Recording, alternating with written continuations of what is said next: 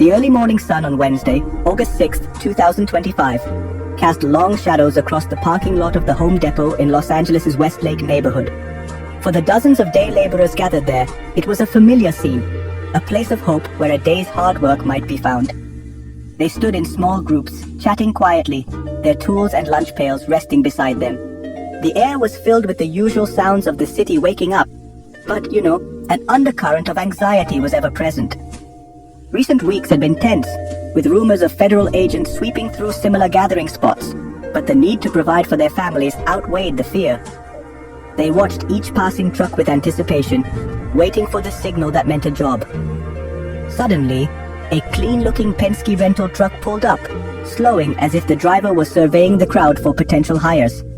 This was the moment they had all been waiting for. A man behind the wheel, dressed in work clothes to complete the illusion, made eye contact with the men. He gestured, seemingly indicating he needed a crew for a construction job. For men from Guatemala, Mexico, Honduras, and Nicaragua, this gesture was a lifeline. It promised a day of wages, money to send home, food for the table. Trust is a fragile but necessary currency in these parking lots, and the sight of a work truck was a common and welcome one. A small group of men began to move toward the vehicle, their hopes rising with each step. What these hardworking men couldn't possibly know was that this was not a legitimate employer seeking help.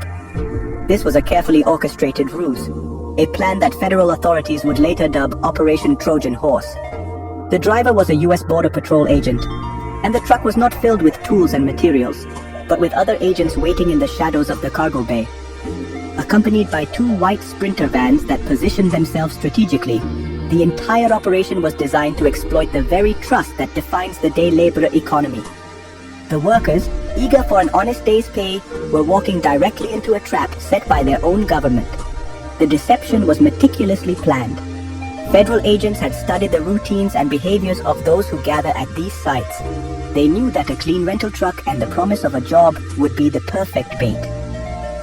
The agents inside the truck remained silent, hidden from view, as the driver played his part with chilling precision. He was offering an illusion of opportunity, a false promise that would shatter in a matter of moments. For the workers approaching the truck, this was just another Wednesday morning, another chance to earn a living. They had no idea that their lives were about to be thrown into chaos by a deceptive tactic that would spark outrage across the city. The moment the group of hopeful workers gathered close to the Penske truck, the pretense of employment vanished in an instant. The rear door of the truck flew open, and a scene of chaos erupted. As many as 30 masked and armed federal agents poured out, fanning across the parking lot with startling speed and force. The two white vans that had been idling nearby suddenly sprang into action, with one maneuvering to block the driveway, cutting off any potential escape route. What had been a place of quiet hope a minute before was now a scene of confusion, panic, and a show of overwhelming official force. The men who had been expecting a day's work were now confronted with the terrifying reality of a raid. Eyewitnesses described the scene as indiscriminate and terrifying. The agents, wearing tactical gear, moved swiftly to detain anyone in their path. The day laborers, caught completely by surprise, had little time to react. Some tried to run, but the organized deployment of the agents made escape nearly impossible. A female street vendor who was simply trying to sell food to the workers was also swept up in the arrests. An activist from the LA Tenants Union who happened to be at the scene bravely approached the agents, demanding to see a warrant for their actions. According to witnesses, his questions were met with silence as the agents continued their work, rounding up individuals and securing them with zip ties. In the end, 16 people were arrested, their dreams of a paycheck replaced by the cold uncertainty of federal detention.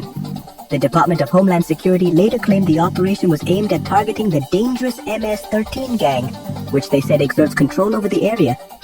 However, those on the ground saw a different story unfold. They saw hard-working men and women, many of whom are themselves victims of gang extortion, being treated like dangerous criminals. The very people who live in fear of gangs were now being targeted by federal agents in a manner that only deepened their sense of vulnerability and mistrust in any form of authority.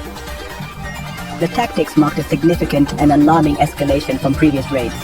In recent weeks, agents had been seen using unmarked SUVs, but Operation Trojan Horse introduced a new level of deception.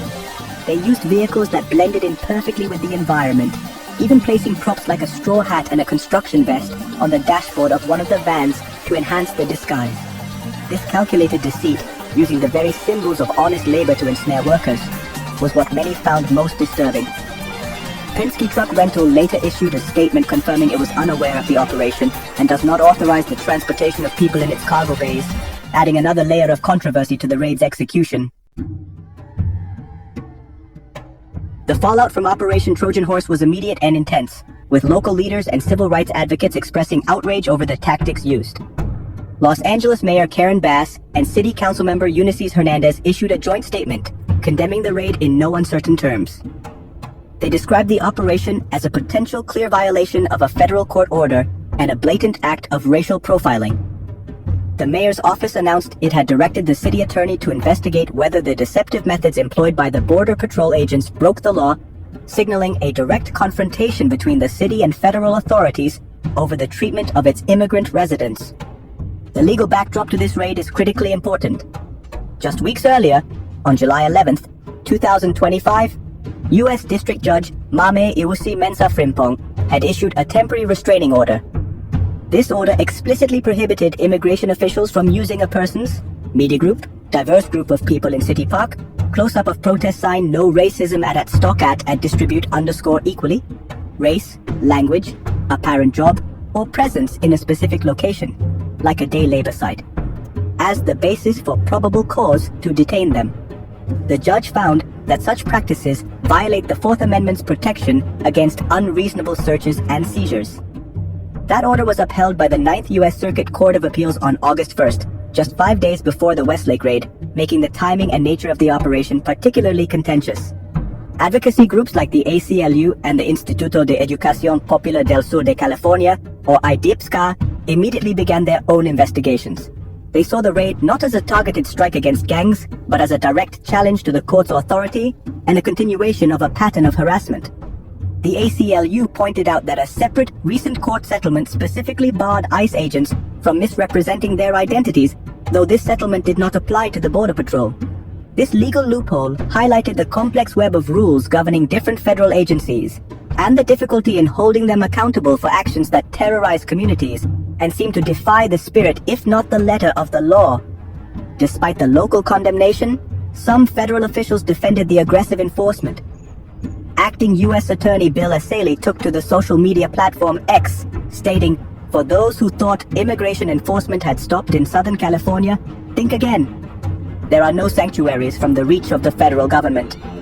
This defiant message confirmed what many immigrant communities already feared, that the federal government was determined to continue its crackdown, regardless of local opposition or court rulings. The statement set a confrontational tone, suggesting that these high-profile raids were not just about enforcement, but also about sending a powerful political message. The impact of Operation Trojan Horse extends far beyond the 16 individuals who were arrested. The raid sent a shockwave of fear through immigrant neighborhoods across Southern California, reviving anxieties that had been simmering for weeks. This was not an isolated incident, but the latest in a series of enforcement actions that have made public spaces feel unsafe. Similar raids had recently been reported at a car wash in Lakewood and another Home Depot in Hollywood. The message being sent to immigrant communities was clear: you are not safe anywhere, not even when you're simply trying to find work to support your family. This climate of fear has a real and damaging effect on families and the local economy. When parents are afraid to leave their homes, children are afraid to go to school. When workers are too scared to gather at job sites, they cannot earn money to pay rent or buy groceries. Neighborhoods that were once vibrant with street vendors and bustling with activity are becoming quieter as people choose to stay indoors rather than risk a devastating encounter with federal agents. This withdrawal from public life erodes the social fabric of the community and creates a pervasive sense of isolation and distress that affects everyone. The deceptive tactics used in the Westlake raid have sown a deep and lasting mistrust of authority. By posing as employers, the Border Patrol agents didn't just trick a few workers. They poisoned the well for everyone. Now, every work truck that pulls up to a day labor site will be viewed with suspicion. Every stranger who offers a job will be met with hesitation and fear. This erosion of trust makes an already vulnerable population even more susceptible to exploitation, as it becomes harder to distinguish a genuine employer from a government trap or a criminal looking to take advantage of the chaos. As the city of Los Angeles grapples with the aftermath, many questions remain unanswered. How can communities rebuild trust when law enforcement uses deception as a tool? What does it mean for the rule of law when federal agents conduct operations that appear to defy a court order? The workers, families, and advocates in Westlake and beyond are not just asking for answers, they are demanding accountability. They are resilient, but they are also weary of living under a constant shadow of fear. The Operation Trojan Horse raid will be remembered not only for its cunning, but for the profound and lasting harm it inflicted on the very fabric of a community.